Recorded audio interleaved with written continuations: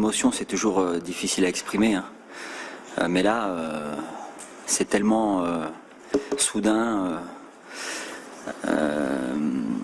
que ce soit moi ou le staff ou les joueuses, on a vu qu'on avait une espèce de libération absolument formidable que le sport nous donne en fait, parce que ça existe nulle part ailleurs. Après, c'est le scénario qui fait aussi que on est dans l'attente pendant quelques minutes de savoir le résultat de l'autre match, et c'est vrai que l'aspect émotionnel il part un peu dans tous les sens, et après bien sûr que ça devient quelque chose d'exceptionnel, mais même si on avait été éliminé avec 6 points, ça aurait déjà été exceptionnel. Donc voilà, ça c'est le petit plus qui fait que le sport est absolument fantastique et le football est absolument imprévisible. Oui, le match est assez spécial parce que on est plusieurs binationales françaises. On connaît beaucoup le championnat français parce qu'on joue en France. Il y en a qui ont joué avec certaines joueuses de l'équipe de France. On a parlé de ce match comme on a parlé de la Colombie, comme on a parlé de la Corée. On ne se met pas plus de pression et ce match va être incroyable, d'abord parce que c'est un 8e de finale de la Coupe du Monde, de notre première Coupe du Monde, et ensuite parce que c'est la France. On ne regarde pas forcément notre adversaire, on regarde plus ce que nous on va mettre en place pour faire déjouer cet adversaire-là. Ouais, pas que. Hein. Je pense que la transition défensive-offensive et la transition offensive-défensive sera aussi importante. Après, il y a tellement de choses à mettre en place, à regarder, à travailler. Faut être sur la continuité du match de la Colombie, bien sûr. Après, on doit encore monter notre curseur d'un cran, notamment dans les deux surfaces, pour être encore plus décisif dans les deux surfaces, que ce soit défensif ou offensif, parce qu'on joue un adversaire qui est encore plus redoutable. Donc automatiquement, quand tu grimpes les échelons, là on est en 8e de finale, on a un adversaire de classe mondiale, il va falloir encore réélever notre niveau à nous, qui était contre la Colombie, qui était déjà un très bon niveau. Mais voilà, on sait qu'il va falloir encore être un petit peu plus juste avec le ballon, encore un petit peu plus agressif quand on n'a pas le ballon pour le récupérer. Et puis cette solidarité, cette envie, cette détermination, on la multiplier encore, passer au-delà de nos possibilités pour espérer pouvoir se qualifier pour les quarts de finale. Alors, il y a tellement de choses qui se passent. Déjà, quand on a commencé le 12 juin, on a dit aux joueuses qu'on serait prêt le premier match de groupe contre l'Allemagne. Je pense qu'on était prêt. On était prêt physiquement. Après, ce qui a été important aussi, ça a été tout l'aspect émotionnel. On s'est aperçu après le match, il y avait quand même pas mal de joueuses qui avaient peut-être surjoué le match, peut-être joué avant. Ça, c'est quelque chose que personnellement, j'aurais dû mieux maîtriser. Après la défaite, je pense qu'elles étaient plus déçues du score que du contenu. Après avoir revu les images, on leur a montré les images de ce qui n'a pas été, de ce qui a été. Et c'est vrai qu'on a, sur je pense, 2-3 buts encaissés, pu faire largement mieux. Et c'est vrai qu'on leur a montré en disant que si on était plus concentré, plus déterminé, on pouvait éviter ces 2 ou 3 buts. Et puis il y a eu, ce qui est logique, hein, il y a eu les filles ont accusé le coup. Et après on les a remobilisées tout simplement en leur disant c'est simple. Il y a 3 matchs de poule. Il en reste 2, il faut 6 points. Et si on a 6 points, il y a de grandes chances qu'on puisse jouer quelque chose pour se qualifier. Donc ce qui s'est passé contre l'Allemagne, c'est terminé. C'est derrière nous. On sait ce qui a été, ce qui n'a pas été. Maintenant, on se remet au travail. Et je trouve qu'après cette réunion qu'on a fait et qu'on leur a expliqué, le lendemain, on a vu un groupe complètement remobilisé. On a vu un groupe complètement psychologiquement bien rafraîchi, voilà, et on est reparti au travail. On a eu la chance d'avoir un petit peu plus de temps, parce qu'entre le premier et le deuxième match, on a eu presque 5 jours, et on s'est remis au boulot, on a retravaillé, on a vu de la bonne humeur, on a vu de la détermination, on a vu une équipe concentrée, Je dirais même que le deuxième match est plus important que le premier. Parce que le deuxième, si tu le perds, c'est fini. Donc, l'aspect émotionnel du deuxième, elle devrait être normalement plus forte que le premier, parce qu'il te reste 2 matchs après le premier. Et là, on a su, en fait, se focaliser sur la victoire. On s'est dit, voilà, nous, on n'a pas le choix. Si on veut rêver faire quelque chose, ou espérer faire quelque chose, il faut gagner les 2 prochains. Donc, on va commencer par la Corée, on va travailler sur la Corée, et on va penser à préparer ce match pour le gagner. Simplement pour le gagner.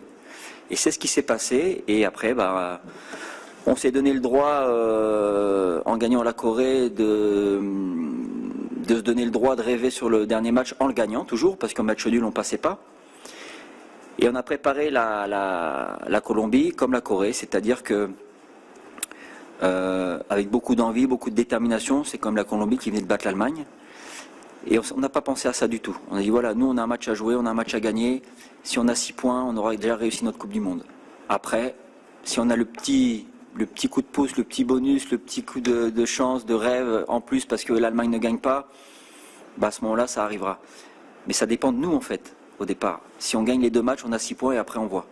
Et c'est ce qui s'est passé. On a fait un très très bon deuxième match, dans l'état d'esprit, dans l'envie, dans la détermination, dans la solidarité, dans le schéma tactique, dans toutes ces choses-là. Et puis derrière, on a le petit brin de réussite, voilà, parce que l'Allemagne ne gagne pas, mais les filles ont vite été remobilisées, se sont vite remis au travail et ont cru en leur chance pour pouvoir gagner ces deux derniers matchs.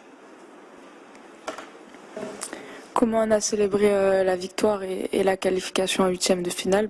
On l'a savouré, on l'a célébré toute la soirée, mais on savait aussi dans un coin de nos têtes, et toutes les filles et tout le staff le savaient, que oui, on est qualifié en 8e de finale, mais on n'y va pas pour faire de la figuration, comme on n'est pas venu ici pour faire de la figuration, on y va pour jouer quelque chose. Donc on a célébré, on a savouré ça bien comme il fallait le faire, et on s'est remis au travail dès le lendemain pour pouvoir préparer ce match contre la France. Alors c'est vrai que c'est un match particulier parce que je suis français et puis que mon staff est français, mais mon cœur est marocain. Ça fait 3 ans qu'on travaille d'arrache-pied pour atteindre des objectifs inespérés, incroyables, improbables. Et on arrive à les réaliser avec cette équipe, cette fédération, ce groupe de joueuses absolument fantastique. J'aime vraiment ce pays. C'est quelque chose je l'ai découvert. J'y vis très très bien.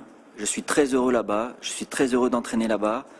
Et aujourd'hui, j'aurais absolument aucun scrupule ni aucun remords à battre l'équipe de France.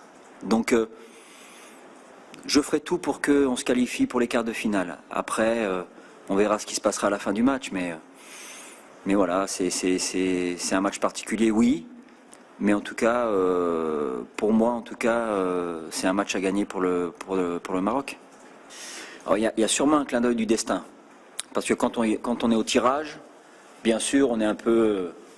Tant qu'on n'a pas joué les matchs, on est un peu ambitieux. Hein. On regarde les 8e, les quarts, les demi, on se dit tiens, contre qui on va jouer. Et puis on s'aperçoit qu'en sortant des poules, on peut jouer contre le groupe de l'équipe de France. Et puis là, on se dit tiens, ça serait drôle.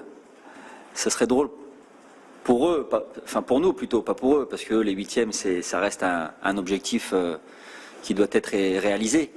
Pour nous, c'est utopique. Mais on dit tiens, c'est un petit clin d'œil quand même. Et puis on n'y pense plus pendant un bon moment. Et on y pense peut-être encore moins quand on perd ce premier match et on se dit, bon, de manière, le Maroc c'est cuit quoi. Mais non, c'est un petit clin d'œil du destin. Maintenant, après, comme je le disais tout à l'heure, oui, je connais les joueuses de l'équipe de France, je connais celles que j'ai entraînées, je connais celles que j'ai pas entraînées qui jouent dans notre championnat, enfin dans le championnat français, je connais les autres qui jouent dans le championnat anglais. Voilà, l'important pour moi, c'est de ne pas surjouer quand on a présenté le profil de l'équipe de France aux joueuses. On a fait la présentation exactement de la même manière qu'on a fait la Colombie et la Corée. Voilà. J'ai grand plaisir à les retrouver à ce niveau-là. J'aurai grand plaisir si je les élimine. Mais c'est comme ça, quoi. Je veux dire, elles seront très contentes si elles passent aussi. Voilà. Donc il n'y a pas de... Il n'y a pas de problème avec ça.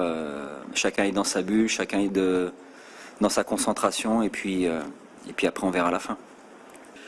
Bah, j'aimerais bien aller aux prolongations. Ça me plairait bien. Après, on est prêt. Je veux dire, on l'a vu sur les 3 premiers matchs.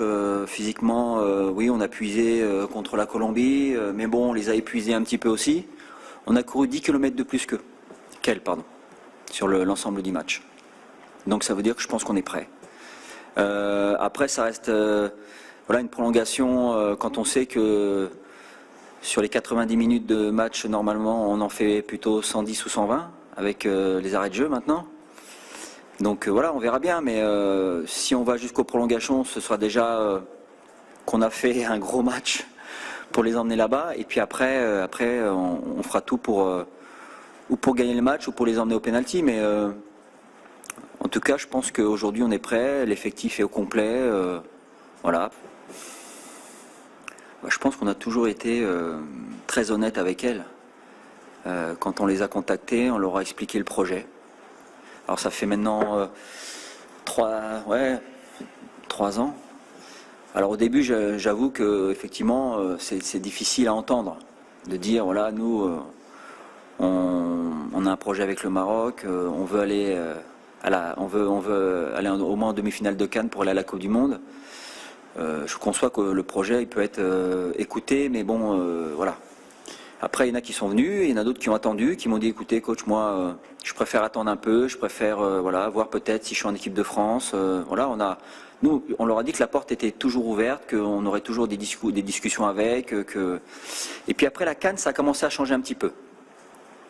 Après la CAN, avec les résultats, les matchs qu'on a fait, certaines filles ont regardé et puis nous ont recontactés en disant voilà, on vient de voir la CAN, bah c'est pas mal, c'est sérieux, vous allez à la Coupe du Monde. Après, c'était à nous de choisir. Est-ce qu'on avait besoin aussi au niveau qualitatif des joueuses binationales, de certaines joueuses ou pas?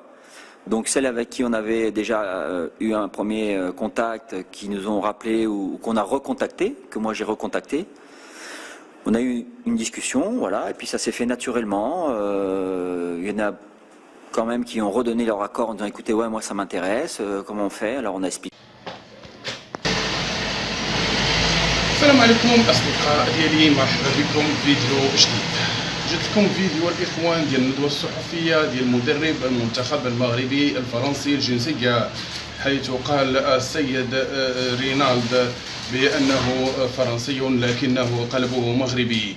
اخوان والاخوات اصدقاء ديالي، جبت لكم هذا الفيديو من عند هذا السيد هذا اللي كدار واحد الندوه صحفيه كيتكلم على لقاء اللي يكون تاريخي ما بين المغرب وفرنسا لكاس العالم للسيدات.